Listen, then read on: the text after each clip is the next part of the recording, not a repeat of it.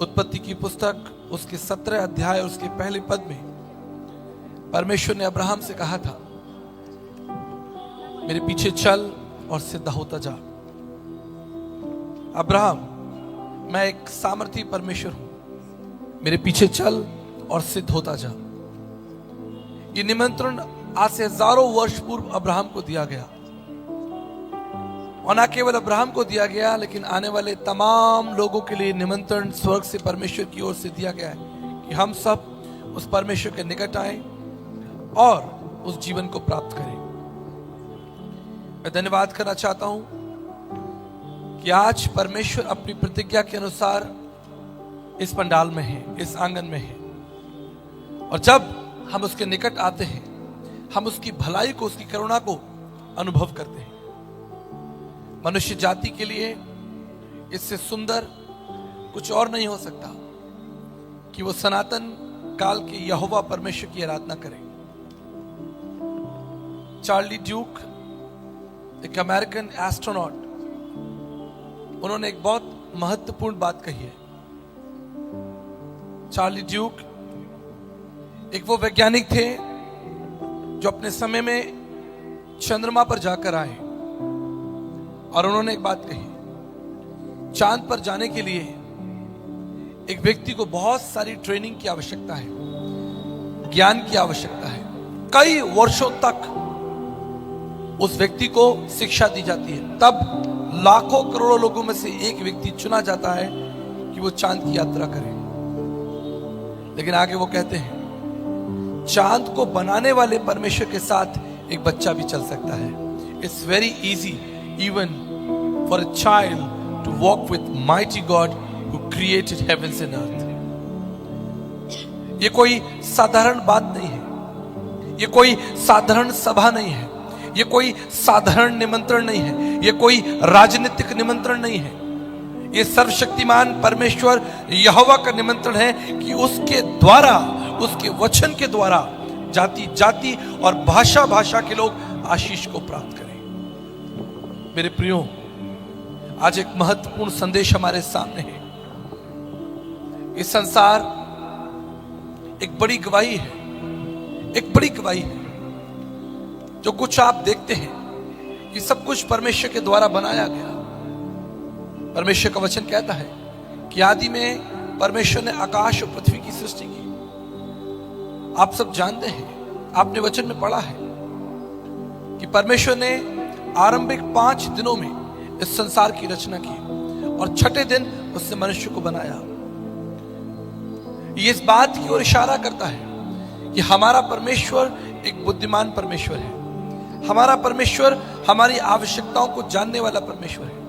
उसने मनुष्य को पहले दिन नहीं बनाया, उसने मनुष्य को दूसरे दिन नहीं बनाया, उसने मनुष्य को तीसरे दिन नहीं बनाया, उसने मनुष्य को छठवें दिन बनाया। ये इस बात का प्रमाण है कि वो परमेश्वर आपकी आवश्यकता को जानता है, आपकी जरूरतों को जानता है। इसलिए जब उसने देख लिया कि सारा संसार मनुष्य के लिए अनुकूल है, उसके लिए अच्छा है, तब उसने मनुष्य की सृष्टि की। एक अद्भुत बात आपको याद दिलाना चाहता हूं, परमेश्वर ने हमें यूं ही नहीं बना दिया।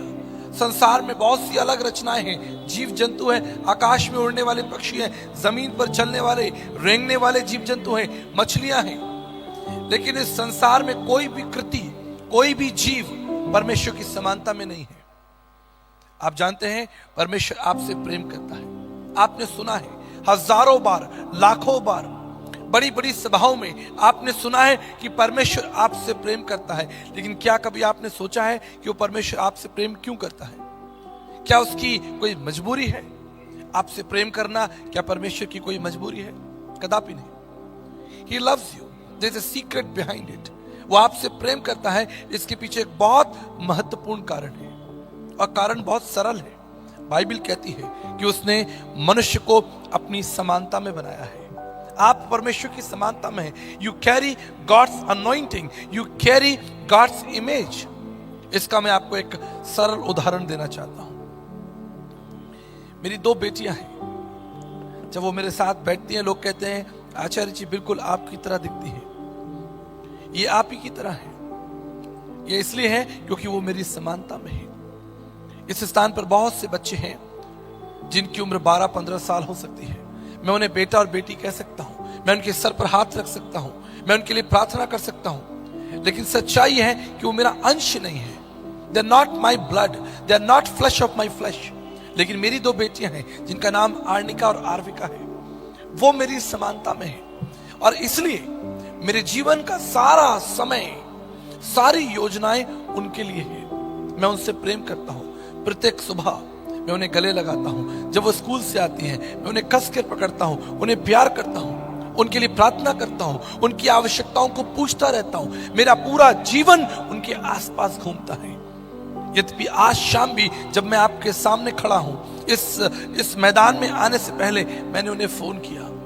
मैंने उनसे पूछा, क्या आप अच्छे हैं? आपने भोजन किया? आपका दिन कैसा रहा? आपकी ट्यूशंस कैसी रही? आपकी कोई आवश्यकताएं हैं? Do you need anything? क्या मैं आपके लिए कुछ कर सकता हूं? आप जानते हैं क्यों? सिर्फ एक ही कारण है, they carry my image, they carry my blood. मेरे प्रियो, आज शाम मैं आपको बताना चाहता हूं, वो परमेश्वर जिसने आपको बनाया, बनाकर छोड़ नहीं दिया, बनाकर भूल नहीं गया, वो एक ऐसा परमेश्वर नहीं है। वो आपकी चिंता करता है, और इसके पीछे मूल कारण यह है क्योंकि उसने आपको अपनी समानता में बनाया है। हालेलुया। इसलिए वो आपकी चिंता करता है।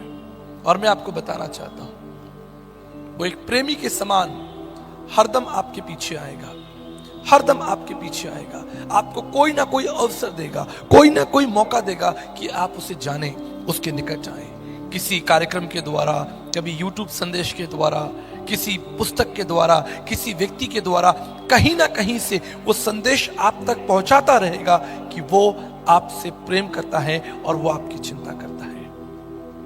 मेरे प्रियो, उसका अद्भुत प्रेम उसे इस पृथ्वी पर ले आया। अगर आप आइज़ाया चैप्टर 6 पढ़ेंगे, वहां लिखा है वो एक प्रतापी परमेश्वर है। स्वर्गदूत उसके सामने खड़े होते हैं। वो तेजो में है, प्रकाश में है, उसका प्रकाश सूर्य से भी अधिक है। स्वयं स्वर्गदूत उसकी ओर देख नहीं सकते। स्वर्गदूतों ने अपनी आंखों को ढक लिया है और वो कह रहे हैं, सेनाओं का यहोवा पवित्र पवित्र पवित्र। इतना प्रतापी परमेश्वर जिसे स्वर्गदूत नहीं देख सकते, इतना महान परमेश्वर। मूसा ने कहा था कि प्रभु मैं आपको देखना चाहता हूं, I want to see you. आप जानते हैं प्रभु ने क्या कहा? प्रभु ने कहा, मूसा कोई भी प्राणी मेरा दर्शन कर कर जीवित नहीं रह सकता। Nobody can alive, आप उसे देखकर जीवित नहीं रह सकते।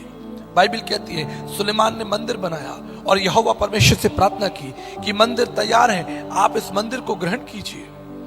आप जानते हैं परमेश्वर का वचन कहता है वहां इतना प्रकाश, इतना तेज हो गया कि याजकों को वहां से भागना पड़ा। इतना तेजों में इतना सामर्थी परमेश्वर। क्या आवश्यकता थी, क्या आवश्यकता थी कि एक मनुष्य बनकर इस संसार में आ गया। The God who created heavens and earth became man and dwelt among us। इतना तेजों में प्रतापी परमेश्वर जो किसी मंदिर में नहीं रह सकता, जो किसी ब्रह्मांड में रह नहीं सकता, इतना महान। उसने अपना परिचय अब्राहम से कहा, मैं सर्वशक्तिमान परमेश्वर हूं। I am a mighty God, follow me and be blessed. मेरे पीछे चल और सिद्ध होता जा। आज यही निमंत्रण वो प्रभु आपको देना चाहता है। इस निमंत्रण को देने के लिए वो इस संसार में उतर आया, मनुष्य रूप धारण कर लिया। ये कोई कहानी नहीं है, इतिहास है। मेरे प्रियो, परमेश्वर का वचन क्या कहता है? राजा दाऊद ने क्या कहा? परमेश्वर यहोवा मेरा चरवाहा है। एक बहुत महत्वपूर्ण स्टेटमेंट। आप जानते हैं बाइबल के अंदर कई राजा हुए, इतिहास में कई राजा हुए। राजा नबूकदनेस्सर ने कहा, ये जो कुछ मैं देखता हूं सब मेरा है। Everything belongs to me. इसे मैंने अपने प्रताप के लिए बनाया है। घमंड से चढ़ी हुई आंखें, वो कहता है जहां तक दृष्टि जाती है सब कुछ मेरा है। I am a mighty king. लेकिन दूसरी तरफ राजा दाऊद, वो कहता है यहोवा मेरा चरवाहा है, the Lord is my shepherd. वो स्वयं एक राजा था, लेकिन उसने कभी सम्मान स्वीकार नहीं किया। उसने इस बात को कभी स्वीकार नहीं किया कि वो एक राजा है। उसने कहा कि परमेश्वर मेरा राजा है, ही इज माई गॉड। वो जानता है। क्या आज की शाम आप जानते हैं, क्या आप स्वीकार करते हैं कि परमेश्वर आपका राजा है? मेरे प्रियो, आज संसार में लोगों ने अपने लिए बहुत सारे राजाओं को चुन लिया है। ज्ञान, प्रतिष्ठा, वैभव, धन, संपत्ति, सामर्थ, न जाने कौन कौन सी प्रभुताएं इकट्ठी कर ली हैं और अपना जीवन उनके हाथों में दे दिया है। जवान पीढ़ियां नष्ट हो रही हैं, शराब में, नशे में लोग खत्म हो गए, ड्रग्स में खत्म हो गए। अहंकार ने लोगों को खत्म कर दिया, क्योंकि बहुत से लोगों के लिए अहंकार उनका राजा ठहरा, बहुत से लोगों के लिए धन उनका राजा ठहरा, बहुत से लोगों के लिए योग्यताएं उनका राजा ठहरा। अभी जब मेरा परिचय दिया जा रहा था, निश्चित ये बात सत्य है, मैंने अपने जीवन का एक लंबा समय एजुकेशन में लगाया। ना केवल अपनी इंजीनियरिंग कंप्लीट की आगरा यूनिवर्सिटी से, उसके बाद एस्ट्रोफिजिक्स, कॉस्मोलॉजी, स्पेस साइंस और बहुत से अध्ययन, ना केवल पवित्र शास्त्र बाइबल, लेकिन भारतीय दर्शन, इंडियन फिलॉसफी का मैं छात्र रहा। वेद साहित्य में मेरी बड़ी रुचि रही। दुनिया के 100 देशों से अधिक देशों में मैंने यात्रा की, बड़े बड़े राजाओं के साथ बैठा, बड़े बड़े अधिकारियों और मंत्रियों के साथ बैठा। लेकिन आज जब मैं इस मंच पर खड़ा हूं, मैं आपको अपना एक परिचय देना चाहता हूं। मेरा परिचय ये नहीं कि मैं एक इंजीनियर हूं, मेरा परिचय ये नहीं कि मैं बहुत बड़ा कोई व्यक्ति हूं। मेरा परिचय बिल्कुल साधारण है। मैं उस परमेश्वर का एक दास हूं।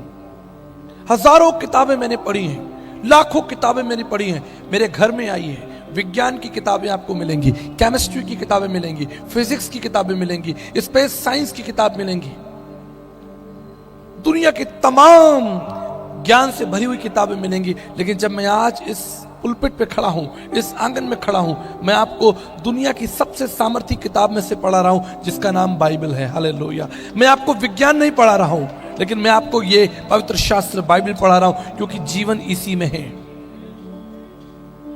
आप कितने ही धनवान क्यों ना हो जाएं, लेकिन आपको स्वीकार करना पड़ेगा कि परम सत्ता केवल परमेश्वर है। हमें स्वीकार करना पड़ेगा। हमें अपना वैभव, अपनी महिमा, अपने पद प्रतिष्ठाओं को त्याग कर अपने आप को परमेश्वर के हाथों में देना होगा। हमें स्वीकार करना पड़ेगा। कई वर्षों पहले हमारे जयपुर शहर में फिल्म एक्टर अमिताभ बच्चन आए। एक बड़ी सभा चल रही थी। एक छोटी सी बच्ची ने अमिताभ बच्चन से एक सवाल पूछा।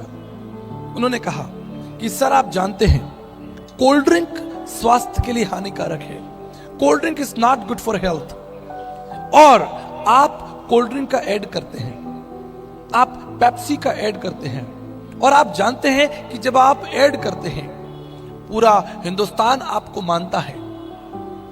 हम जैसे छोटे बच्चे भी आपको देखते हैं, कलाकार के रूप में स्वीकार करते हैं। लेकिन तब हम देखते हैं कि आप कोल्ड ड्रिंक का ऐड कर रहे हैं। आप नहीं जानते कि cold drink is not good for health.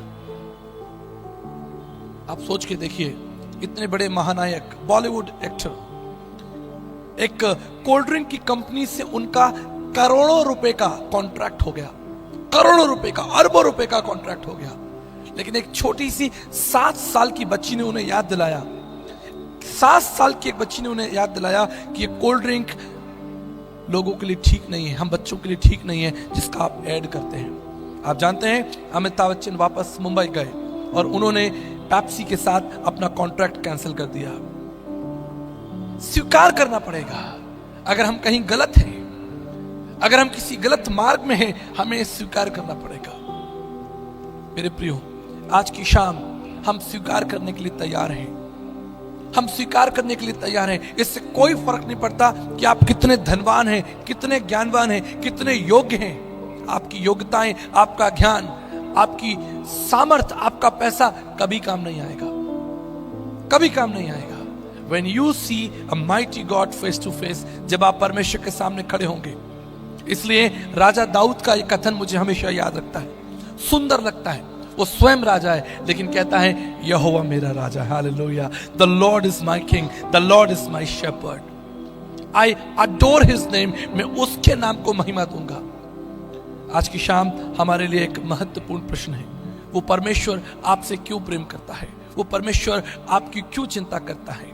और कितना महत्वपूर्ण वचन राजा दाऊद कहता है कि यहोवा मेरा चरवाहा है, मुझे कुछ घटी नहीं होगी। उसे विश्वास है, he has a confidence in the name of the Lord. Why he loves him? परमेश्वर दाऊद को क्यों प्रेम करता है? मैं आपको एक सच्ची घटना बताना चाहता हूं।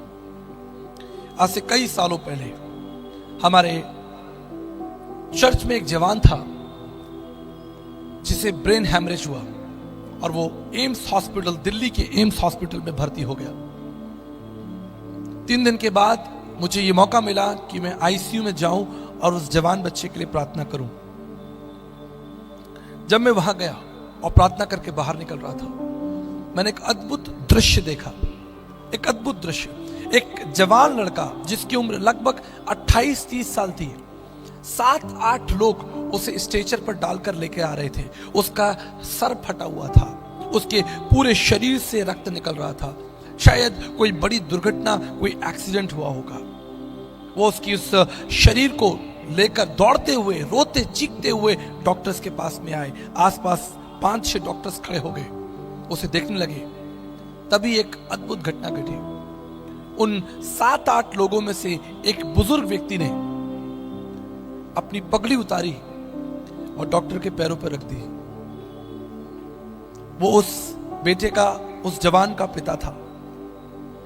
उसने अपनी पगड़ी डॉक्टर के चरणों में रख दी और डॉक्टर से कहा, डॉक्टर साहब, मेरे बेटे को बचा लीजिए। अगर मुझे अपना सब कुछ बेचना पड़े, सब कुछ बेचना पड़े, मैं तैयार हूं। मैं अपने आप को बेच दूंगा, मैं अपना घर बेच दूंगा, मैं सब कुछ बेच दूंगा, लेकिन इस जवान को बचा लीजिए, क्योंकि अगर ये मर गया तो मैं मर जाऊंगा। उसकी आंखों से आंसू निकल रहे थे। वो डॉक्टर के पैरों में गिर पड़ा। उसने अपनी पगड़ी उतारकर डॉक्टर के पैरों में रख दी। बड़ा ही अद्भुत दृश्य था जिसने मेरे हृदय को कचोट कर रखा। कुछ क्षण के लिए मेरी आंखों में भी आंसू आ गए। मेरे प्रियो, मैं आपको बताना चाहता हूं, ये एक पिता का प्रेम है, ये एक सृष्टिकर्ता का प्रेम है। जिसने जन्म दिया है वो आपकी कीमत को जानता है। जिसने आपको पैदा किया है वो आपकी कीमत को जानता है। शायद आप अपने बारे में इतना चिंतित ना हो, आप अपने मार्ग के लिए इतना चिंतित ना हो, आप अपने भविष्य के लिए इतना चिंतित ना हो, लेकिन जिसने आपको बनाया है वो आपकी कीमत जानता है। मैं आपको एक अद्भुत बात बताना चाहता हूं। हो सकता है कि आप मेरा पूरा संदेश भूल जाएं। जब आप घर जाएं आप पूरा संदेश याद ना रख पाएं, लेकिन एक बात याद रखकर जाइएगा, एक बात याद रखकर जाइएगा।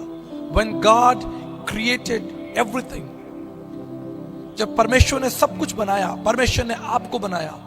When God created you, जब परमेश्वर ने आपको बनाया, it cost nothing, इसमें कोई पैसा खर्च नहीं हुआ। It was just free. When God made you, He created you, it cost nothing, इसमें कोई खर्चा नहीं हुआ। But God saved you, जब परमेश्वर ने आपको बचाया, He lost everything, उसने अपना सब कुछ खो दिया। आप जानते हैं, इस रहस्य को समझ लीजिए, इस रहस्य को समझ लीजिए। उसने अपनी महिमा को, अपने ऐश्वर्य को, अपने प्रताप को, वो जो स्वर्ग में विराजमान परमेश्वर था, स्वर्गदूत जिसके आगे दंडवत करते थे, ब्रह्मांड उसके शब्द से कांपता था, वो परमेश्वर एक साधारण मनुष्य बनकर संसार में आ गया और हमारे लिए घायल हुआ, हमारे लिए कुचला गया। उसने कहा कि मैं अच्छा चरवाहा हूं, I am a good shepherd and I will taste death for you, मैं तुम्हारे लिए मृत्यु को चखने के लिए तैयार हूं। उस पिता ने भी कहा था, डॉक्टर साहब मेरा सब कुछ ले लीजिए, मेरा प्राण ले लीजिए, मेरा शरीर ले लीजिए, मेरे अंग ले लीजिए। If you need my heart, take it. If you need my kidneys, take it. मेरे शरीर का एक बूंद ले लीजिए, लेकिन इस जवान को बचा लीजिए, क्योंकि अगर ये मर गया तो मैं मर जाऊंगा। मेरे प्रियो, When God made you, जब परमेश्वर ने आपको बनाया, कोई खर्चा नहीं हुआ, लेकिन जब परमेश्वर ने आपको बचाया, उसने अपना सब कुछ आपके लिए न्यौछावर कर दिया। He gave everything. इसके पीछे सिर्फ एक ही कारण है, क्योंकि आप परमेश्वर की रचना है, परमेश्वर आपका मूल्य जानता है, परमेश्वर आपकी चिंता करता है। इसलिए ये प्रमाण है, इसलिए ये प्रमाण है कि उस परमेश्वर ने आपको छठे दिन बनाया, क्योंकि वो इंश्योर करना चाहता था, वो देख लेना चाहता था कि मेरे बच्चों के लिए सब कुछ ठीक है। Is everything good, right, okay for my children? जब उसने देख लिया सब कुछ मेरे बच्चों के लिए ठीक है, उसने अपने आप को आप में प्रकट कर दिया। आप कोई साधारण व्यक्ति नहीं है। हो सकता है सामाजिक रूप से, आर्थिक रूप से आप कमजोर हो, आप सोचते हो कि मेरा कोई जग में स्थान नहीं है, लेकिन मैं आपको बताना चाहता हूं, ये जीवन, पृथ्वी का जीवन थोड़ा ही जीवन है। 60-70 साल का, 80 साल का, उससे अधिक नहीं है। लेकिन इसके बाद एक जीवन है जिसकी घोषणा प्रभु यीशु मसीह ने की थी। उसने कहा था कि मैं जाता हूं, तुम्हारे लिए जगह तैयार करता हूं, ताकि जहां मैं रहता हूं तुम्हें वहां ले जाऊं। Hallelujah. He is a good shepherd. आप जानते हैं वो अच्छा चरवाहा क्यों है? क्योंकि प्रभु झूठ नहीं बोलता। That's his beauty. ये उसकी सबसे खूबसूरत बात है कि उसने अपने जीवन काल में कभी झूठ नहीं बोला। उसने कहा कि मैं अपना प्राण देने के लिए तैयार हूं। ये केवल एक सिद्धांत नहीं था। भारतीय दर्शन में कर्मयोग का विषय आया है। कर्मयोग का मतलब एक व्यक्ति जो सोचता है वही बोलता है, उसे कर्मयोगी कहा जाता है। जो सोच रहा है और जो बोल रहा है और वही किया जा रहा है, उसे कर्मयोगी कहा जाता है। प्रभु यीशु के समान आपको कर्मयोगी कोई नहीं मिलेगा। उसने कहा मैं अपना जीवन देना चाहता हूं, आई कैन, मैं अपना जीवन दे सकता हूं। अंत में उसने अपना जीवन मेरे और आपके लिए दे दिया। हालेलुया। क्यों दे दिया? कारण क्या था? ताकि हम जीवन भर परमेश्वर की भलाई को देखते रहे, उसकी महानता को देखते रहे, उसके प्रेम को देखते रहे। आपने बहुत सारे लोगों ने साधु सुंदर सिंह जी के विषय में सुना है। मेरे आदर्श है, मेरे गुरु हैं। पिछले 22 साल से हम उनकी सेवाओं को कर रहे हैं, उनके दर्शन को आगे लेकर जा रहे हैं। भारत के अंदर साधु सुंदर सिंह जी की सेवा को एक परमेश्वर के श्रेष्ठ दास, एक महान दास, जब उनको प्रभु यीशु मसीह का दर्शन हुआ, when he was so young, एक जवान लड़के के रूप में, आप जानते हैं उन्होंने दौड़कर अपने पिताजी से कहा, पिताजी मुझे प्रभु यीशु मसीह का दर्शन हुआ है। उस समय राजनीतिक सामाजिक परिस्थितियां बहुत कठिन थी। अंग्रेजों का समय था।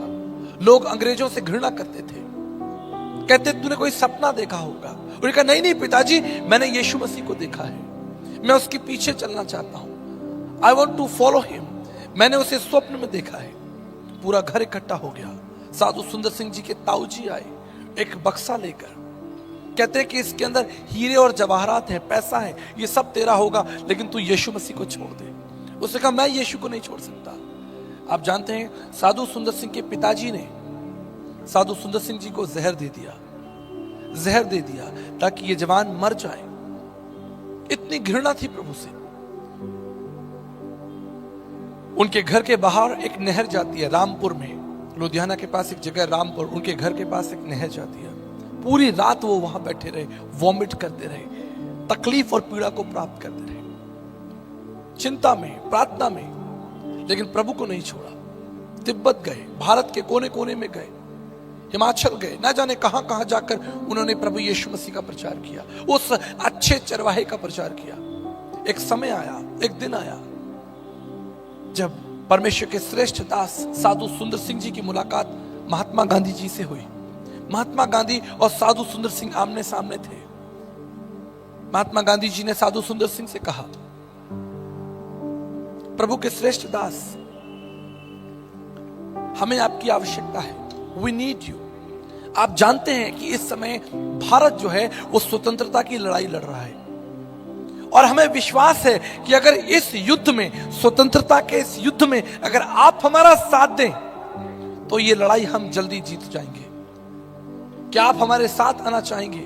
क्योंकि अगर आप जैसा तेजस्वी ज्ञानी व्यक्ति, नम्र दीन श्रेष्ठ परमेश्वर का दास हमारे साथ आ जाए तो भारत देश स्वतंत्र हो जाएगा।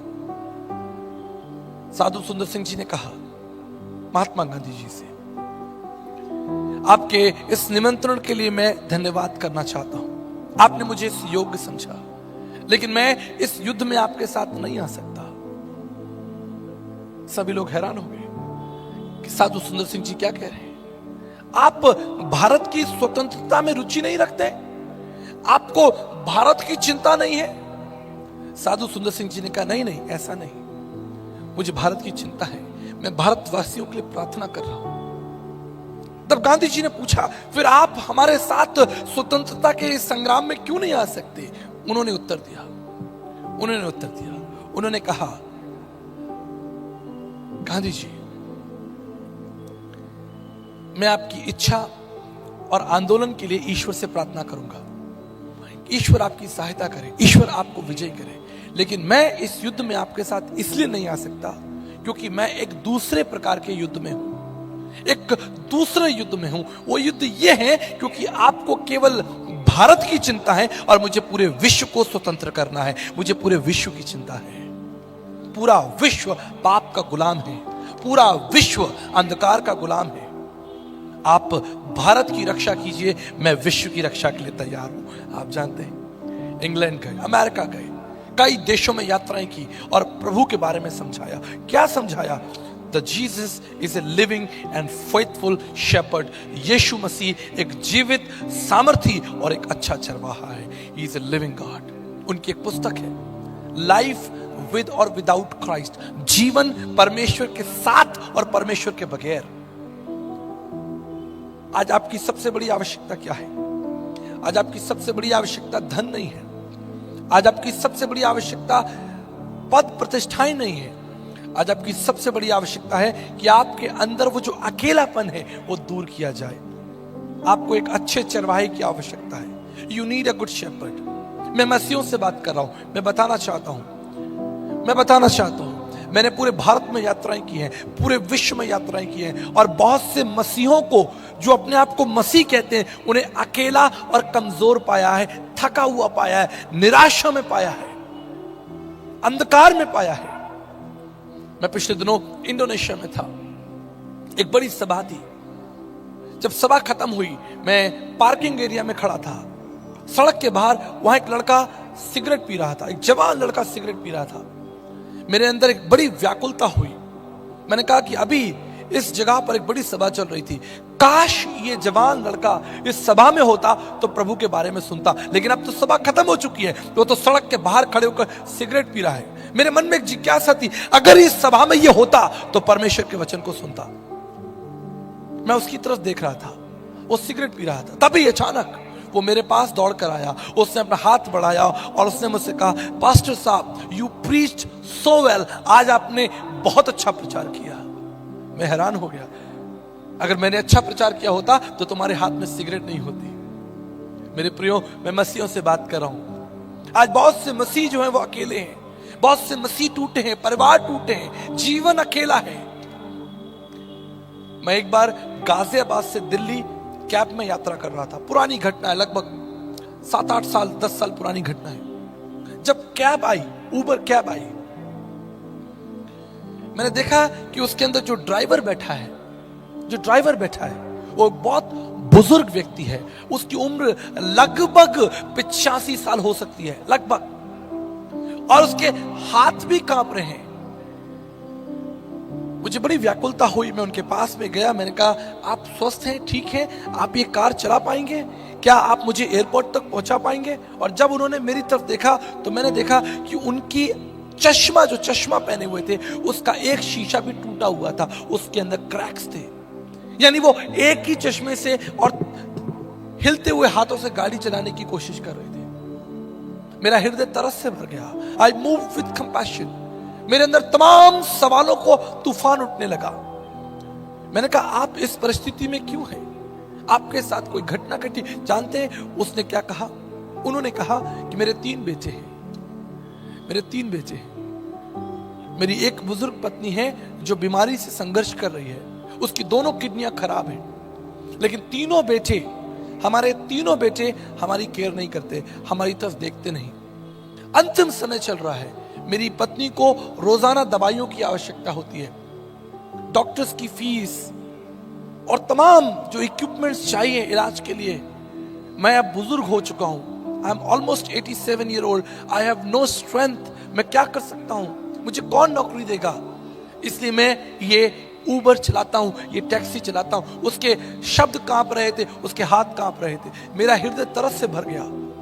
आज भी इसी समाज के अंदर एक अंधकार है, एक अकेलापन है, लोग अकेले हैं, लोग टूटे हैं, लोग निराश हैं, चाहे धन हो या ना हो, परिवार है लेकिन लोग अकेले हैं। आप ऊंचे पद पर बैठे हैं लेकिन अकेले हैं। कुछ सालों पहले हमारे जयपुर के एक बड़े पुलिस ऑफिसर ने अपने आप को गोली मार ली। He killed himself। बड़े बड़े वैज्ञानिक, दार्शनिक, धनवान, कुलपति, यूनिवर्सिटी के प्रोफेसर, लेक्चरर्स, बड़े बड़े अधिकारी, बड़े बड़े बिजनेसमैन अकेला जीवन जी रहे हैं, निराशा का जीवन जी रहे हैं, कमजोर जीवन जी रहे हैं।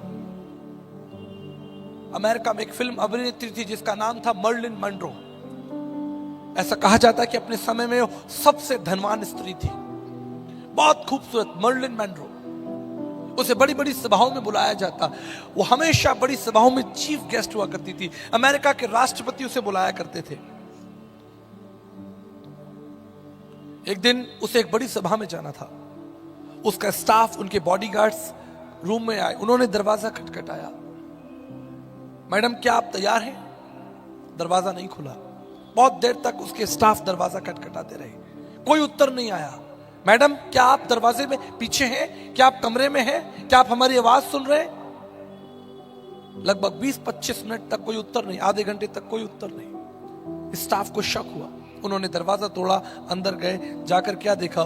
मर्लिन मनरो, एक धनवान सुंदर स्त्री, इस संसार को अलविदा कह दी। उसने आत्महत्या कर ली। इससे पहले वो संसार को छोड़कर जाए, इस संसार को छोड़कर जाए, उसने एक पत्र लिखा और उस पत्र में उसने लिखा कि मेरे पास सब कुछ है जो मनुष्य चाहता है। मेरे पास धन है, प्रतिष्ठा है, वैभव है, सामर्थ्य है, लेकिन जो वो नहीं है वो मेरे जीवन में शांति नहीं है। मैं आज भी अकेली हूं। I am lost, I am alone.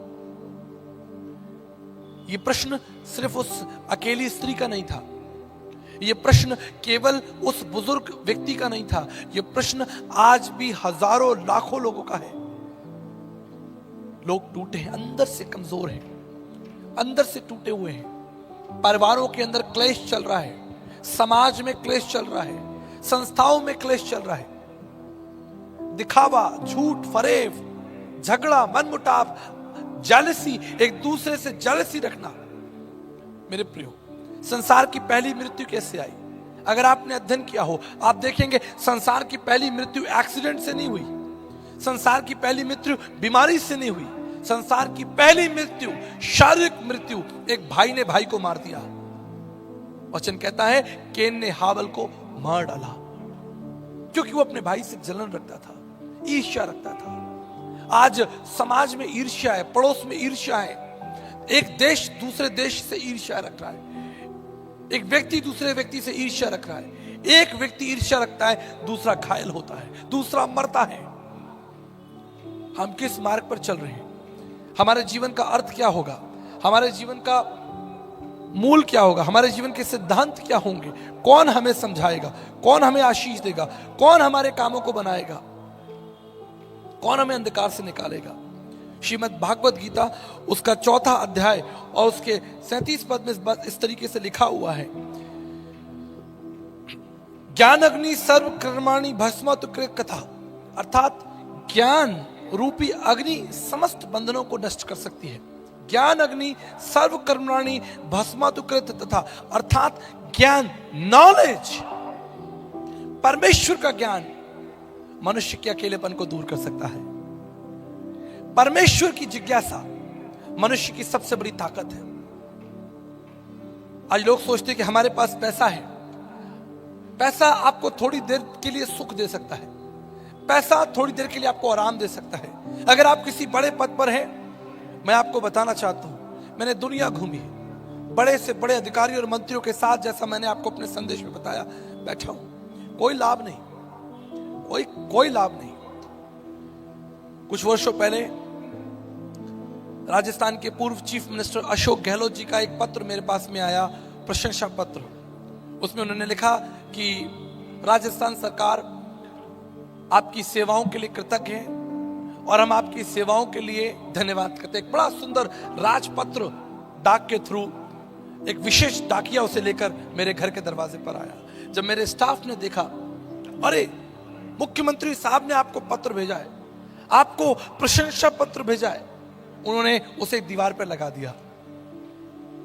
मुझे इसकी आवश्यकता नहीं थी।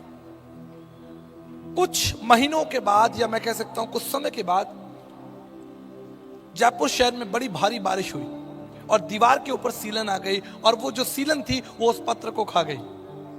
तो मैंने अपने जो मेरे सहयोगी थे, मैंने पूछा क्या हुआ, कहाँ गया वो पत्र? अरे भैया वो पत्र तो सीलन ने खा लिया, दीवार के अंदर सीलन आ गई थी, मॉइस्चर उस पत्र को खा गया।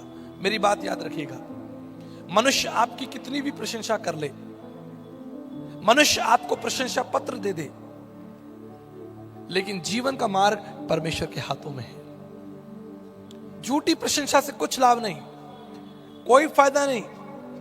आपको लोग बड़े बड़े सर्टिफिकेट्स देंगे, बड़े बड़े कप देंगे, जो देने वाले हैं वो भी अंधकार में बैठे हैं। पिछले दिनों दिल्ली में एक बहुत बड़े अधिकारी एक स्कूल के फंक्शन में गए। उन्होंने छोटे छोटे बच्चों को इनाम दिया, फर्स्ट सेकंड थर्ड, प्रशंसा पत्र दिया, फोटो खींची, अखबार में फोटो आ गई। 6 महीने के बाद वही अधिकारी, सीबीआई ने रेड मारी और उसको उठाकर था बंद कर दिया गया। क्या हुआ? क्या हुआ? कौन हमारी प्रशंसा कर रहा है? कौन आपको बढ़ा रहा है? कौन आपके नाम को ऊंचा कर रहा है? आवश्यकता नहीं। मनुष्य की केवल एक ही आवश्यकता है, वो सर्वशक्तिमान परमेश्वर को जाने। विश्वेशकम परिवेष्टारम ज्ञात्वा वेद मुच्यते सर्वपाशो। समस्त जगत को घेरे हुए अद्वितीय विराट अगम्य सनातन परमेश्वर को जानना हमारी सबसे बड़ी जिम्मेदारी है, हमारी सबसे बड़ी आशा है। इसलिए राजा दाऊद कहता है, निश्चय भलाई और करुणा जीवन भर मेरे साथ बनी रहेगी, क्योंकि मैं परमेश्वर के धाम में सदा के लिए वास करूंगा। हालेलुया। हम इस पृथ्वी पर सदा के लिए रहने नहीं आए हैं। हम मनुष्यों से प्रशंसा लेने के लिए नहीं आए हैं। हम अच्छा भोजन खाकर, अच्छे कपड़े पहनकर मरने के लिए नहीं आए हैं। हम इस संसार में इसलिए आए हैं ताकि हम सदा का जीवन उस परमेश्वर के साथ जिए। साधु सुंदर सिंह जी ने एक महत्वपूर्ण चुनाव किया। उन्होंने सदा के जीवन को चुन लिया। एक बक्सा उनके सामने रखा गया था, एक बड़ा बक्सा उनके सामने रखा गया था। ये हीरे ले लो, जवाहरात ले लो, पैसा ले लो, यीशु मसीह को छोड़ दो। लेकिन आप जानते हैं, उन्होंने अपने जीवन का एक सच्चा चुनाव किया, एक अच्छा चुनाव किया। उन्होंने यीशु मसीह को अपना चरवाहा माना। The Jesus will be my shepherd. आप कल्पना करके देखिए, जस्ट इमेजिन, अगर साधु सुंदर सिंह उस दिन वो पैसा ले लेते, क्या दुनिया उन्हें जानती? क्या हम सब इस बड़े मंच से उनकी इस विषय के बारे में चर्चा करते? क्या आप विश्वास करते हैं कि इंग्लैंड की महारानी एलिजाबेथ, जिन्होंने आज तक किसी के सामने घुटने नहीं टिकाए, she never knelt down before anyone, जब उनकी मुलाकात साधु सुंदर सिंह से हुई, इंग्लैंड गए, क्वीन एलिजाबेथ ने अपने घुटने टिकाकर उनके सामने कहा, मेरे लिए प्रार्थना कीजिए। मैंने ये घुटने आज तक किसी के सामने नहीं टिकाए, लेकिन मैं आज परमेश्वर के इस दास के सामने घुटने टिकाकर प्रार्थना करने के लिए तैयार हूं। क्या आप विश्वास करते हैं? वो है प्रभु यीशु मसीह। अगर वो आपके जीवन में होगा, आपके जीवन में खालीपन नहीं होगा। आपको एक सच्चे परमेश्वर की आवश्यकता है उसके साथ चलने के लिए। इसलिए राजा दाऊद कहता है, यहोवा मेरा चरवाहा है। What is the meaning of यहोवा? यहोवा का अर्थ क्या है? एक सनातन परमेश्वर, एक ना बदलने वाला परमेश्वर, और अपनी वाचा को, अपनी प्रतिज्ञाओं को पूरा करने वाला परमेश्वर। उसने कहा कि मैं अपना प्राण तुम्हारे लिए दे सकता हूं, और देखिए उसने मेरे और आपके लिए मृत्यु को चख लिया। ये आसान नहीं है, आसान नहीं है। मैं अपनी गवाही में इस बात को कई बार बता चुका हूं। आज से कई सालों पहले मैं सिंगापुर की यात्रा कर रहा था। आसमान में लगभग 38,000 फीट के ऊपर हमारा जहाज टर्बुलेंस में फंस गया। बड़ा सीवियर टर्बुलेंस था। लगता था कि यह जहाज अब फट जाएगा, जमीन पर गिरेगा और हम सब मर जाएंगे। This is the last night of my life. मेरी जिंदगी का यह आखिरी दिन है। पायलट बार बार अनाउंस कर रहा था, आप डरिए मत, मैं एक अनुभवी पायलट हूं, आप मुझ पर भरोसा कर सकते हैं। लेकिन लोगों को भरोसा नहीं था, क्योंकि जहाज सूखे पत्ते की तरह कांप रहा था। लगता था कि यह जहाज समुद्र में गिरेगा और हम सब मर जाएंगे। मृत्यु को बड़ी नजदीकी से मैंने देखा। I have seen death from very close distance. मैंने मृत्यु को अपने सामने देखा है। लेकिन मैं परमेश्वर का धन्यवाद करना चाहता हूं, वो जहाज सुरक्षित सिंगापुर की धरती पर उतर गया। पायलट का वो शब्द बार बार मेरे कानों में गूंज रहा था। उसने कहा, आप मुझ पर भरोसा कर सकते हैं, मैं एक अनुभवी पायलट हूं, आप मुझ पर भरोसा कर सकते हैं। जब मैं बाहर आया, परमेश्वर का वचन मुझे याद आया, परमेश्वर की प्रतिज्ञाएं मुझे याद आने लगी। उसने कहा, मैं जीवित और सामर्थी परमेश्वर हूं, क्या मेरे लिए कोई काम कठिन है? हालेलुया। आप उस पर भरोसा कर सकते हैं। राजा दाऊद कहता है, जितने लोगों ने उस पर भरोसा किया वो कभी लज्जित नहीं हुए। Blessed are the people who trusted him. जितनों ने यीशु मसीह पर भरोसा किया वो कभी लज्जित नहीं हुए। लेकिन आपको एक बात बताना चाहता हूं, अगर आप उसे अपने चरवाहे के रूप में स्वीकार करना चाहते हैं, आपको उसके बारे में जानना होगा, आपको उसके बारे में अध्ययन करना होगा, आपको उसके बारे में समझना होगा कि ये व्यक्ति कौन है। मैं जवानों से बात करना चाहता हूं। आप सोचते हैं कि आपके माता पिता ने प्रभु यीशु मसीह पर विश्वास रखा, इसलिए आप भी, इसीलिए कि माता पिता विश्वास करते हैं, आप भी उनके पीछे पीछे चल दिए। रुकें, मैं आपको चुनौती देना चाहता हूं। आज से कई वर्षों पूर्व, जब मेरी उम्र 14 साल थी, मैंने ये सवाल परमेश्वर के श्रेष्ठ दास पंडित धर्म प्रकाश शर्मा जी के सामने रखा था।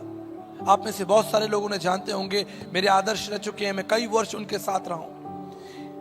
लेकिन जब मैं सीख रहा था, when I was learning, मैंने उनके सामने एक प्रश्न रखा, क्या यीशु मसीह प्रभु है? मेरे माता पिता प्रभु में विश्वास करते हैं, मेरे माता पिता कलीसिया जाते हैं, प्रभु की आराधना करते हैं, लेकिन मैं जानना चाहता हूं कि यीशु मसीह कौन है। आप जानते हैं परमेश्वर के श्रेष्ठ दास पंडित धर्म प्रकाश शर्मा जी ने क्या कहा? उन्होंने मेरे सर पर हाथ रखा और उन्होंने मुझसे कहा, उसे जानो, उसे पढ़ो, उसे जानो, उसे पढ़ो। मैंने अपने जीवन को झोंक दिया। 14 साल की उम्र में मैंने पवित्र शास्त्र बाइबल का अध्ययन करना शुरू किया, और आज जब मैं इस स्थान पर खड़ा हूं, मैं आपको बताना चाहता हूं कि मानव जाति के इतिहास में अगर परमेश्वर कभी मनुष्य बना है तो वो यीशु मसीह के रूप में बना है, हमारे बीच में चला बसा है। ये जवानों के लिए चुनौती है। आज जवान, विशेष रूप से मैं मसीह कलीसियाओं के बच्चों से बात करना चाहता हूं, आपका कितना टाइम संसारिक बातों के लिए जा रहा है? क्या आप अपने जीवन के लिए कभी सोचते हैं बैठकर? यीशु मसीह 12 साल का था, when he was just 12 year old, केवल 12 साल का था, वो आराधनालय में जाकर सदूकी और फरीसियों के साथ परमेश्वर के राज्य की बात कर रहा था। He was so serious। जो काम उसे स्वर्ग से परमेश्वर ने दिया था, वो उस कार्य के लिए कितना सीरियस था। हम चुनौती देना चाहते हैं जवानों को, आप आइए हमारे गुरुकुल में अध्ययन कीजिए, प्रभु के बारे में अध्ययन कीजिए। जयपुर आइए, समय निकालिए, 2 महीना 3 महीना उस यीशु मसीह के बारे में पढ़िए, जिसने मेरे और आपके लिए मृत्यु को चखा। परमेश्वर का वचन, पवित्र शास्त्र बाइबल कहती है, He tasted death for us। इतना प्रतापी परमेश्वर, स्वर्गदूत जिसे देख नहीं सकते, उसका वैभव, उसका प्रताप कितना भयानक है। उसने सूर्य के अंदर प्रकाश डाला है, सोचिए वो कितना प्रकाश में होगा। लेकिन वो परमेश्वर इस संसार में मनुष्य बनकर आ गया, मेरे और आपके लिए मारा गया, उसके ऊपर उसको थूका गया, उसे कुचला गया, उसकी दाढ़ी नोची गई, उसके सर पर सरकंडों से मारा गया, उसकी खाल उतार दी गई, उसे सूली पर चढ़ा दिया गया। क्यों? ताकि आप जीवन पाएं। परमेश्वर के दास साधु सुंदर सिंह जी ने कहा, Jesus died for you so you live for him. यीशु मसीह तुम्हारे लिए मारा गया ताकि तुम उसके लिए जियो। लेकिन आज समाज का डायरेक्शन देखिए, समाज परमेश्वर को छोड़कर संसार के पीछे भाग रहा है। जिसने संसार को बनाया, हमने उसे छोड़ दिया और हम संसार के पीछे भाग रहे हैं। आज इस संसार की हालत देखिए, अखबार देखिए, त्राही त्राही मची हुई है। आप जानते हैं क्यों? संसार भटक गया है। क्यों? क्योंकि संसार का चरवाहा ज्ञान हो गया है, संसार का चरवाहा पैसा हो गया है, संसार का चरवाहा ताकत हो गई है। उन्होंने परमेश्वर को त्याग दिया, परमेश्वर की विधियों और नियमों को त्याग दिया। सदोम और अमोरा के बारे में पढ़िए, अध्ययन कीजिए। जब उन्होंने परमेश्वर को त्याग दिया, वो नाश हो गए। मेरे प्रियो, आज एक बड़ी चुनौती मैं कलीसिया के सामने रखना चाहता हूं, एक बड़ी चुनौती रांची के लोगों के सामने रखना चाहता हूं। जब आप परमेश्वर को जानेंगे कि वो परमेश्वर कौन है, मेरी बात ध्यान से सुनिए, जब आप उस परमेश्वर को जानेंगे कि वो परमेश्वर कौन है, तो आप जान पाएंगे कि वो परमेश्वर आपके लिए क्या कर सकता है। जाना ही तो नहीं है हमने, जाना ही तो नहीं है उस प्रभु को। जिस दिन आप उस परमेश्वर को जान जाएंगे, आप ये जान जाएंगे कि वो परमेश्वर आपके लिए क्या कर सकता है। What a living God, mighty and faithful God। जीवन का एक महत्वपूर्ण सवाल आपके सामने रखना चाहता हूं, एक महत्वपूर्ण सवाल। यह सवाल अय्यूब की पत्नी ने अय्यूब से पूछा था। अगर आप अय्यूब का खत उसका 2 अध्याय और उसके 9 पद को पढ़ेंगे, अय्यूब की पत्नी ने अय्यूब से एक सवाल पूछा, क्या तू अब भी परमेश्वर पर विश्वास करेगा? Will you still believe in God even you have lost everything? तेरा सब कुछ खो गया है, फिर भी क्या तू उस पर विश्वास करेगा? आज हमारे जीवन में चुनौतियां आ जाती हैं, हमारे जीवन में कष्ट आ जाता है, हमारे जीवन में बीमारियां आ जाती हैं, तकलीफ आ जाती है, हम परमेश्वर को त्याग देते हैं, हम परमेश्वर को भूल जाते हैं और अपनी बुद्धि और अपनी योग्यताओं से उन समस्याओं को लड़ने लगते हैं। हम सोचते हैं कि हमारा ज्ञान, हमारा अनुभव जो है हमारी सहायता करेगा, हमारा अनुभव काम में आएगा। हम इधर उधर भागते हैं। When you are in trouble, जब आप दुख में, जब आप पीड़ा में हैं, जब आप निराशा में हैं, जब आप बीमारी में हैं, परिस्थितियां आपके सामने होती है, आपका विश्वास हिलता है, आपके पड़ोस के लोग, आपके रिश्तेदार कहते हैं, Will you still believe in God? क्या तुम अब भी परमेश्वर पर विश्वास करोगे जब तुम्हारी इतनी हानि हो चुकी है? मेरा एक मित्र था, उसकी शादी हुई, शादी के 2 साल बाद एक बेबी हुआ। जब बेबी का जन्म हुआ तो जन्म के तीसरे दिन, बेबी के जन्म के तीसरे दिन बेबी की मृत्यु हो गई, बच्चे की मृत्यु हो गई। यद्यपि वो जवान मेरा मित्र प्रभु में नया था, उसे प्रभु में आए हुए केवल 4 साल हुए थे, उसके परिवार के अन्य लोग प्रभु में नहीं थे, उसके रिश्तेदार, उसके पड़ोसी प्रभु को नहीं जानते थे। जब उस छोटी बच्ची की मृत्यु हो गई, पूरा परिवार, पूरा समाज विरोध में खड़ा हो गया। अभी कुछ ही दिन नहीं बीते थे, अभी 1 हफ्ता भी नहीं बीता था, उसकी पत्नी भी संसार को छोड़कर चली गई। मानो जीवन में अंधेरा ही अंधेरा हो गया। लोग पत्थर लेकर खड़े हो गए, विचारों के पत्थर, भावनाओं के पत्थर लेकर खड़े हो गए। क्या तू अब भी प्रभु को मानेगा? तेरी पत्नी चली गई, तेरा बच्चा चला गया, तेरे जीवन में सब कुछ खो गया, खत्म हो गया। Will you still stand for Jesus? पूरा समाज, पूरा आसपास के लोग भीड़ लग गई। ये मूर्ख व्यक्ति है जो यीशु मसीह के पीछे चलता है, ये बेकार है, ये गधा, ये नालायक है। ये उसके पिताजी ने उसके लिए चप्पल उठा ली। परिवार में मामा, चाचा, ताऊ लोग आ गए। वो मेरे साथ ट्रेनिंग में था। एक शाम हम सभी पास्टर्स लीडर्स इकट्ठा हुए।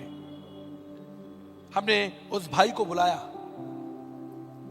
हमारे पास उसे हिम्मत देने के लिए, हमारे पास उसे सांत्वना देने के लिए बहुत कुछ नहीं था, क्योंकि अभी अभी उसने अपनी पत्नी और अपने बच्चे को खो दिया है। हम कौन सा वचन दें? क्या बोले कि परमेश्वर जीवित है, सामर्थ्य है, परमेश्वर भला है, करुणा में है? हमारे आगे भी एक संघर्ष था। मैं आपको सच्ची बात बताना चाहता हूं, सच स्वीकार करने की शक्ति होनी चाहिए। हम भी कंफ्यूज हो गए कि शाम को हमने उसको बुलाया है, हम सब लोग बैठकर हम क्या बात करेंगे। वो सभा में आया, बैठा रहा, सब लोग चुप बैठे थे, किसी की हिम्मत नहीं थी। पहला वचन कौन बोले? प्रार्थना कैसे करें कि प्रभु इस भाई को शांति दे, इसकी पत्नी चली गई, इसका बच्चा चला गया, इसको शांति दे, हिम्मत दे। कौन करेगा प्रार्थना? बड़ी असमंजस की स्थिति थी। आप जानते हैं, लगभग 8-10 मिनट के साइलेंस, इस चुप्पी के बाद उसने कहा, आओ हम प्रार्थना करें, आओ हम। सबने उसकी तरफ देखा। आप जानते हैं उसने प्रार्थना में क्या कहा? उसने प्रार्थना में हाथों को उठाकर कहा, हे प्रभु, तू जो स्वर्ग में है, सब कुछ तेरा है, तूने दिया और तूने ले लिया, तेरा नाम मुबारक हो। और आज भी वो परमेश्वर का दास है, एक पास्टर है, एक सेवक है। मेरे प्रियो, जीवन आसान नहीं है। जीवन की हर मोड़ पर आपसे कुछ खो जाएगा, कुछ टूट जाएगा। लोग आपके विरोध में खड़े हो जाएंगे, आपके विश्वास के विरोध में खड़े हो जाएंगे, आपको चुनौती देंगे, आपको अकेला करेंगे, शब्दों के बाण बोल बोल कर आपको घायल करेंगे। जीवन आसान नहीं होगा। आज आप सोचते हैं सब कुछ ठीक है, एक दिन वो शाम आएगी, एक दिन वो सुबह होगी जब आप अपने आप को खाली और अकेला प्राप्त करेंगे। निराशा में टूटा हुआ दिल, कहां जाऊं, किसके पास जाऊं, किससे बताऊं। अय्यूब की पत्नी ने कहा, विल यू स्टिल बिलीव? क्या अब भी वो तेरा चरवाहा होगा? क्या अब भी वो तेरा प्रभु होगा? आप जानते हैं, अपना सब कुछ खोने के बाद भी अय्यूब ने क्या कहा? उसके बच्चे मर गए, उसकी प्रतिष्ठा नष्ट हो गई, उसके खेत खलियान नष्ट हो गए, उसके बिजनेस खत्म हो गए, उसके जानवर खत्म हो गए, उसका मान सम्मान सब कुछ खत्म हो गया, और अब तो उसका शरीर भी घायल है। और जानते हैं उसने क्या उत्तर दिया? उसने उत्तर दिया, ए मूर्ख स्त्री, ए मूर्ख स्त्री, क्या वो प्रभु जो हमें सब दे देता है, हम उसका धन्यवाद करें? अगर वो सब ले भी ले तो कोई बड़ी बात नहीं। हालेलुया। उसे जानिए मेरे मित्रों, उस प्रभु को जानिए, उसके साथ चलिए। एजरा के लिए एक बात लिखी हुई है, घर जाकर एजरा की पुस्तक को पढ़िएगा। जब आप एजरा की पुस्तक पढ़ेंगे, उसके ऊपर जो भूमिका लिखी है वहां लिखा है, एजरा परमेश्वर की व्यवस्था का कुशल ज्ञाता था। एजरा परमेश्वर के सिद्धांतों को, उसकी योजनाओं को समझता था। इजरायली लोग प्रभु के पास क्यों आते थे? खाना लेने, कपड़ा लेने। बाइबल कहती है कि उसने इजरायलियों के ऊपर अपनी महिमा प्रकट कर दी, लेकिन मूसा के ऊपर उसने अपनी योजनाओं को प्रकट कर दिया, अपनी गति को प्रकट कर दिया। मेरी एक बात याद रखिएगा, भक्ति तो सामूहिक होगी, भक्ति तो सामूहिक होगी, लेकिन न्याय व्यक्तिगत होगा। हालेलुया। न्याय व्यक्तिगत होगा। आज लग रहा है हम सब बड़ी अच्छी भेड़ें हैं, प्रभु के पीछे पीछे चल रहे हैं, लेकिन बाइबल में एक बात लिखी है, प्रभु यही कहता है कि मेरी भेड़ें मेरा शब्द, मेरा इशारा पहचानती हैं। हालेलुया। जब संकट आएगा, भेड़ें तितर बितर हो जाएंगी। जब निराशाएं होंगी, अकेलापन होगा, आप भाग जाएंगे, लेकिन जो कोई उस पर विश्वास करेगा और उसकी आवाज को सुनेगा, वो निश्चित पार लग जाएगा। इसलिए दाऊद कहता है, निश्चय जानो कि यहोवा ही परमेश्वर है। वचन संहिता 103 चैप्टर 100 वर्स 3 में लिखा है। वचन संहिता 100 उसके 3 में लिखा है, निश्चय जानो कि यहोवा ही परमेश्वर है और उसने हमको बनाया है और हम उसकी प्रजा और उसकी चराई की भेड़ें हैं। उसने अपनी मोहर आपके ऊपर लगाई है। लाइफ इज टफ, जीवन कठिन है, लेकिन मैं आपको एक ऐसे चरवाहे के बारे में बताना चाहता हूं जो आपकी चिंता करता है। अगर आप यूहन्ना उसका 11 अध्याय और उसके 35 पद को पढ़ेंगे, वहां एक छोटा वचन लिखा है। वहां लिखा है कि यीशु रोया। John 35:11-35, Jesus wept. बाइबल की सबसे छोटी आयत है ये, सबसे छोटी आयत है। यीशु रोया। आप कल्पना करके देखिए, अगर सड़क पर किसी की डेड बॉडी जा रही है, आपकी आंखों में आंसू नहीं आएंगे? आप दूर से खड़े होकर देखेंगे, किसी की डेड बॉडी जा रही है, कोई जा रहा है मरा हुआ, आप मुश्किल से रुक जाएंगे, उसको जाने देंगे, लेकिन यू विल नेवर क्राई। आपके आंसू नहीं बहेंगे। आप जानते क्यों? क्योंकि आप उसे नहीं जानते हैं, आप उस व्यक्ति को नहीं जानते हैं। लेकिन बाइबल कहती है कि यीशु मसीह लाजर के लिए रोया।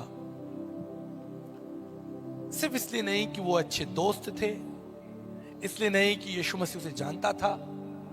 बाइबल कहती है क्योंकि वो लाजर से प्रेम रखता था।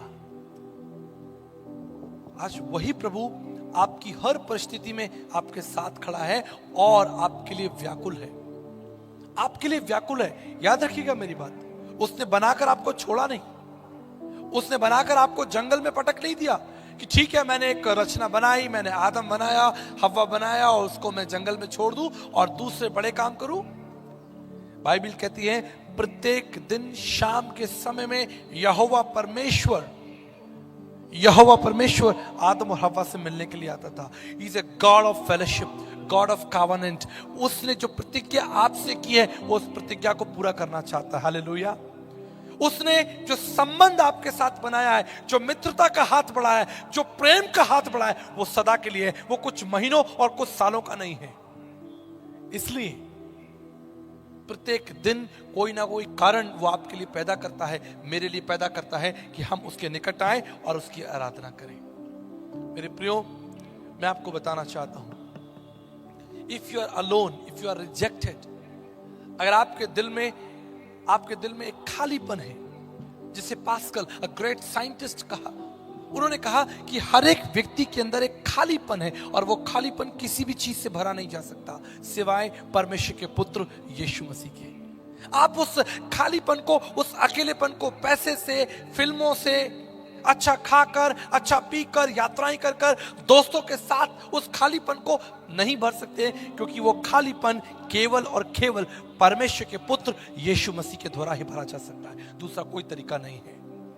आपकी निराशा, आपके अंधकार का केवल एक ही समाधान है, उसका जीवित वचन। बाइबल कहती है कि मेरी भेड़ें मेरा शब्द पहचानती है। हालेलुया। क्या आप उसका शब्द पहचानते हैं? आज आपके सामने एक चुनौती है, आज आपके सामने एक चुनौती है। वो परमेश्वर आपकी चिंता करता है, वो परमेश्वर आपके साथ है, उसकी प्रतिज्ञाएं आपके साथ है। वो आपको छोड़ेगा नहीं, कभी त्यागेगा नहीं, वो छोड़कर भाग नहीं जाएगा। एक ऐसे मित्र के समान जो वायदा करे कि मैं तुम्हारे साथ हूं, और जब आप पीछे मुड़कर देखें वो वहां नहीं है। He is not like that. He is A Jehovah God, जो वो कहता है उसे करता है। मेरे प्रियो, मैं एक दो महत्वपूर्ण बात बताकर आपके लिए प्रार्थना करना चाहता हूं। एक व्यक्ति था जिसका नाम था जिम विहीटकर। यह एक अमेरिकन माउंटेनियर था, पर्वतरोही, जो बड़े बड़े पर्वतों पर चढ़ते हैं कई महीनों तक। जिम विहीटकर ने कल्पना की कि मैं अब माउंट एवरेस्ट चढ़ूंगा, मैं अब माउंट एवरेस्ट चढ़ूंगा। और वो अमेरिका से माउंट एवरेस्ट के पास में आया और उसने देखा कि इस पहाड़ पर चढ़ने के लिए मुझे कई महीने लग जाएंगे। और फिर उसने सोचा कि मैं इस पहाड़ पर अकेला जा रहा हूं, अगर मैं अपने साथ कोई सहायक ले चलूं, कोई हेल्पर ले चलूं, कोई व्यक्ति ले चलूं। और उसने देखा पास में एक व्यक्ति है जो भेड़ बकरियां चरा रहा है। वो एक गडरिया था, एक चरवाहा था। जिम विहीटकर उनके पास में गए और बोला, क्या आप मेरे साथ माउंट एवरेस्ट के पहाड़ पर चलेंगे? मैं इसके बदले में आपको पैसे भी दूंगा, आप मेरे छोटे छोटे काम कर देना, मेरे लिए चाय बना देना, मेरे लिए खाना गर्म कर देना। एक गरीब व्यक्ति नवांग गोम्बू, एक गडरिया, उसने इस चुनौती को स्वीकार कर लिया। उसने कहा मैं आपके साथ तैयार हूं चलने के लिए। और वो दोनों लंबी यात्रा पर चलने लगे। कई हफ्तों के बाद वो समय आ गया जब जिम विहीटकर माउंट एवरेस्ट की सबसे ऊंची चोटी पर पहुंच गए। नवांग गोम्बू ने कहा, सर वो समय आ गया है, आप इस पत्थर पर, इस चोटी पर पैर रखें और विश्व विजेता बन जाएं। जिम विहीटकर कुछ सोचने लगे और तब उन्होंने एक बहुत ही महत्वपूर्ण निर्णय लिया। उन्होंने नवांग गोम्बू का हाथ पकड़ा और कहा, नवांग, मैं चाहता हूं कि तुम भी मेरे साथ इस पत्थर पर पैर रखो और विश्व विजेता बन जाओ। नवांग ने कहा, सर मैं तो एक गडरिया हूं, मैं तो एक साधारण व्यक्ति हूं, मैं तो आपका एक नौकर हूं, आपका एक दास हूं, मैं तो आपकी सेवा करने के लिए आया हूं। उससे कहा, नहीं, मैं चाहता हूं कि तुम भी मेरे साथ इस पत्थर पर पैर रखो और विश्व विजेता बन जाओ। इतिहास उठाकर देखिए, नवांगोम्बू एक विश्व विजेता बन गया। ये करुणा थी जिम व्हीटकर की। आज हमारा प्रभु भी विजेता प्रभु है, लेकिन वो चाहता है कि आप भी विजेता बन जाए। हालेलुया। उसने कहा, मैं उस स्थान पर अकेला नहीं जाऊंगा, मैं जहां रहता हूं वहां तुम भी मेरे साथ रहोगे। हालेलुया, मेरे साथ तुम रहोगे। उसने अपने घर को आपके लिए खोल दिया, उसने अपने हाथ को आपके लिए मित्रता का बढ़ाया। आसान नहीं था। उसने अपने आप को प्रकट किया, परमेश्वर ने अपने आप को प्रकट किया ताकि आप उसके पीछे पीछे चल सके, आप उसे पहचान सके, आप उसके साथ संगति कर सके। He is a God of fellowship। आज मसीह समाज की सबसे बड़ी कमजोरी क्या है? आज सबसे बड़ी कमी क्या है? हमारे लोग संगति से मुंह फेर रहे हैं, संगति से दूर जा रहे हैं, वचन से दूर जा रहे हैं। परमेश्वर की आवाज जब तक तुम्हारे कानों में नहीं पड़ेगी, परमेश्वर का वचन जब तक तुम्हारे कानों में नहीं पड़ेगा, तुम्हारे काम सिद्ध नहीं होंगे। तुम रोते और बिलखते रहोगे, तुम्हारी पीढ़ियां नाश हो जाएंगी, क्योंकि तुमने पैसे को, तुमने संसार को अपना चरवाहा मान लिया है। तुम सोचते हो कि तुम्हारे पास सब कुछ है और तुम खुश हो, लेकिन राजा दाऊद जिसके पास सब कुछ है वो कहता है यहोवा मेरा चरवाहा है। हालेलुया। जिसके पास सब कुछ है वो कहता है यहोवा जिसका सिंहासन स्वर्ग में है वो मेरा चरवाहा है। और आप जानते हैं वो कितना विश्वास योग्य परमेश्वर है, कितना विश्वास योग्य परमेश्वर है। मैं आपको एक अंतिम उदाहरण देकर आपके लिए प्रार्थना करना चाहता हूं। हम में से सभी लोगों ने क्रॉस देखा है। We have seen the cross, right? लकड़ी का क्रूस। इस लकड़ी के क्रूस का इतिहास उठाकर देखिए, ये एक भयानक इतिहास है। क्रूस मृत्यु का चिन्ह है। Cross is a sign of death and pain. न जाने हजारों लोगों को क्रूस की मृत्यु के द्वारा दंड दिया जा चुका है। कल्पना कीजिए कि जब व्यक्ति क्रूस, लकड़ी के क्रूस को देखता होगा कि मुझे इस पर मरना है, उसके हृदय में कितना कितना दुख, कितनी पीड़ा होती होगी। एक फांसी के फंदे के समान, एक बंदूक के समान, ये तो मृत्यु का साधन है। Sign of death, sign of pain, sign of suffering. एक जीवित व्यक्ति को क्रूस पर टांग दिया जाता है, मरने के लिए छोड़ दिया जाता है। इस क्रूस ने न जाने कितने लोगों का प्राण ले लिया, लेकिन एक दिन ये क्रूस यीशु मसीह को दिया गया। मेरी बात ध्यान से सुन लीजिए। यही क्रूस यीशु मसीह के हाथों में दिया गया। यीशु मसीह ने इस क्रूस को गले लगा लिया, उसको स्वीकार कर लिया। आप जानते हैं क्या हुआ? हजारों सालों से जो मृत्यु का चिन्ह था, हजारों सालों से जो दुख और पीड़ा का चिन्ह था, हजारों सालों से जो अपमान का चिन्ह था, आज वो चिन्ह आशा का चिन्ह है, प्रेम का चिन्ह है, जीवन का चिन्ह है। अगर यीशु मसीह इस लकड़ी के जीवन को बदल सकता है,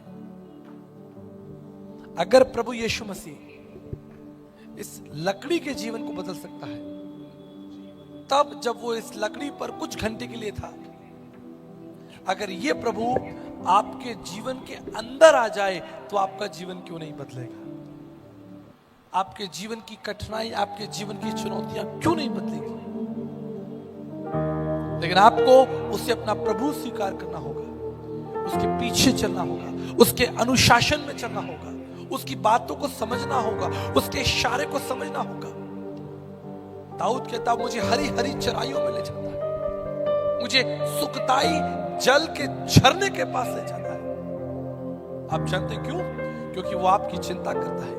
He knows your need। आपकी आवश्यकताओं को आपसे पहले जानता है। लेकिन आप और मैं शायद आवश्यकताओं को फोकस कर रहे हैं। We are thinking about our needs। हम अपनी जरूरतों के बारे में प्रार्थना कर रहे हैं। हम में से कितने लोग हैं जो ये प्रार्थना कर रहे हैं कि प्रभु, मैं आपके पीछे चलना चाहता हूं। I want to give my life to you। मैं अपना जीवन आपको देना चाहता हूं। 2005 22 अक्टूबर मेरे सामने एक चुनौती थी, एक बड़ी चुनौती थी। सन 2005 22 अक्टूबर सुबह 4 बजे प्रभु ने मुझे दर्शन दिया और प्रभु ने मुझे कहा, मैं तुझे दूर दूर देशों में भेजूंगा, तू मेरा गवाह होगा, तुझे मैंने अपनी सेवा के लिए चुना है। अगले महीने मुझे इंग्लैंड जाना था। मैं सैमसंग इलेक्ट्रॉनिक्स आईटी डिवीजन में इंजीनियर था। इंजीनियरिंग कंप्लीट करने के बाद मेरी अच्छी तनख्वाह थी। मैं आगरा यूनिवर्सिटी का टॉपर रहा हूं। आज जो आप पेटीएम गूगल पे यूज करते हैं, आप जो अमेज़न फ्लिपकार्ट यूज करते हैं, 22 साल पहले 24 साल पहले उसके सॉफ्टवेयर को हमने ही डेवलप किया था हिंदुस्तान में। एक लंबा भविष्य मेरे सामने था। मैं Oracle 9i का एक्सपर्ट था, RDBMS relational database management system का एक्सपर्ट था, C++, जावा, Oracle, ये सारी लैंग्वेजेस मुझे आती थी।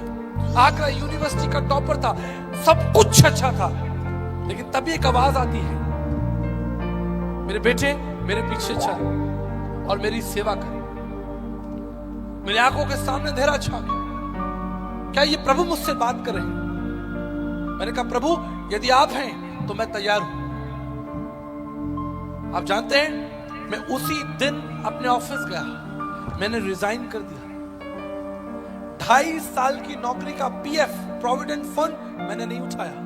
प्रभु ने कहा, इसे छोड़ दे, मैं सब कुछ नया करूंगा, तुझे सब कुछ नया दूंगा। अपने घर पहुंचा, माता पिता के साथ बैठा, परिवार के अन्य सदस्यों के साथ बैठा। मैंने कहा, प्रभु मैं अपना जीवन आपको देता हूं। आज 22 साल हो गए, हिंदुस्तान के गांवों में, कस्बों में, शहरों में, भारत के कोने कोने में जाकर मैंने प्रभु यीशु मसीह का प्रचार किया। हालेलुया। विश्व के अंदर बड़ी बड़ी सभाओं के अंदर मैंने प्रभु यीशु मसीह का प्रचार किया। अगर मैं उस दिन उस आवाज से चूक जाता तो लाखों लोगों का उद्धार नहीं होता। आज मुझे मालूम है, मैं इस मंच से बताना चाहता हूं, लाखों लोगों ने अपना जीवन मेरी सेवा के द्वारा यीशु मसीह को ग्रहण किया है। हजारों लाखों लोग घुटने पर आए हैं, जवानों को तैयार किया, सैकड़ों हजारों को जवानों को तैयार किया है। लेकिन उसकी आवाज को सुनना होता है। अगर मैं डर जाता, मैं कहता, प्रभु मेरा भविष्य, मेरे पैसे, मेरी नौकरी, मेरी योजनाएं। मैं आपको बताना चाहता हूं एक महत्वपूर्ण बात। पास्टर विलियम मेरे छोटे भाई हैं। जब मैं सेवा में जा रहा था, अपना पैर मैंने अपने घर से बाहर रखा, मेरे दोनों हाथों में बैग्स थे और मैं ट्रेनिंग के लिए जा रहा था। पास्टर विलियम रो रहे थे, मेरी एक बहन थी, वो भी रो रही थी। हमारा भाई अब परमेश्वर की सेवा के लिए निकल पड़ा है, हमेशा हमेशा के लिए परमेश्वर के पीछे चलेगा। मैंने अपने पीछे एक भाई को और एक बहन को छोड़ा, एक माता पिता को छोड़ा और निकल पड़ा सेवा में। लेकिन मैं आज आपको बताना चाहता हूं, इस मंच के माध्यम से प्रभु ने मुझे लाखों करोड़ों भाई बहन दिए। हालेलुया। पूरी दुनिया के अंदर परमेश्वर ने मेरे कार्यों को सरल किया, मेरे आगे आगे चला। पार्लियामेंट के अंदर मैंने प्रचार किया, महाकुंभ के अंदर खड़े होकर यीशु मसीह का प्रचार किया। देश विदेश में मैंने बड़े बड़े राजाओं के सामने यीशु मसीह का प्रचार किया। तकलीफें आई, चुनौतियां आई, निराशा आई, बीमारियां आई। 2010 कॉमनवेल्थ में I was one of the speaker. Commonwealth में दिल्ली के अंदर बारिश हो रही थी, मैं भीग गया, मुझे निमोनिया हो गया, मुझे 104 डिग्री बुखार था, मेरे हाथ पैर कांप रहे थे। पूरी रात मेरा इलाज चलता रहा। आर्मी के डॉक्टर्स मेरे को ट्रीट कर रहे थे, क्योंकि मेरे एक फ्रेंड आर्मी ऑफिसर थे, उन्होंने मुझे आर्मी हॉस्पिटल में एडमिट किया। सुबह 9 बजे मुझे प्रचार करना, पूरी रात मुझे ऑक्सीजन लगा कर रखा गया। मैं परमेश्वर से लड़ता रहा, प्रभु मुझे ठीक कीजिए, मुझे सुबह उठकर प्रचार करने जाना है।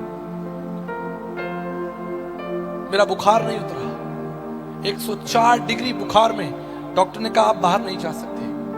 मैंने कहा मुझे जाना होगा, मुझे जाना होगा। जब मैं बाहर आया, हॉस्पिटल से बाहर आया, सड़कों पर इतना इतना गंदा पानी था, इतना इतना गंदा पानी।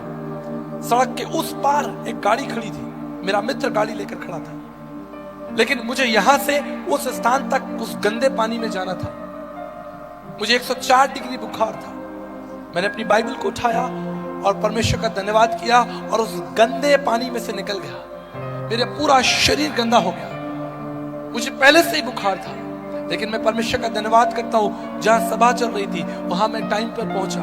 सैकड़ों हजारों लोग बैठे थे, मुझे खांसी थी, मुझे बुखार था, मैं खड़ा नहीं हो सकता था, लेकिन मैंने वहां पर खड़े होकर प्रचार किया। आप जानते हैं 700 लोगों ने अपना जीवन यीशु मसीह को दिया। 700 पीपल नेल डाउन, घुटने टिकाकर उन्होंने यीशु मसीह से प्रार्थना की। आप याद रखिएगा, वो एक विश्वास योग्य परमेश्वर है, एक विश्वास योग्य चरवाहा है। आप उस पर भरोसा कर सकते हैं, वो आपको कभी धोखा नहीं देगा। Is a living mighty and faithful God. उसने जो कहा है वो आपके लिए वो करेगा। आपको एक विश्वास का कदम रखना है। परमेश्वर का वचन कहता है, परख कर देखो, चख कर देखो वो कितना भला है। आज की शाम मैं राज्य की कलीसिया को चुनौती देना चाहता हूं, आपको चुनौती देना चाहता हूं। Let Jesus be your shepherd. यीशु मसीह आपके जीवन का चरवाहा हो। उसे छोड़कर कोई दूसरी बात आपके लिए महत्वपूर्ण ना हो। कोई पैसा, कोई ज्ञान, कोई ओहदा, कोई सामर्थ्य यीशु मसीह का स्थान ना लेने पाए। जवानों याद रखो, जवानों याद रखना, नehemiah जब जवान था, एजरा जब जवान था, उन्होंने परमेश्वर के लिए बड़ी सेवा की। मैं चाहता हूं कि यूथ जरा खड़ा हो जाए, आगे आए। जब मैं अंतिम प्रार्थना करना चाहता हूं, जितने यूथ के लोग हैं जरा सामने आए। I want to pray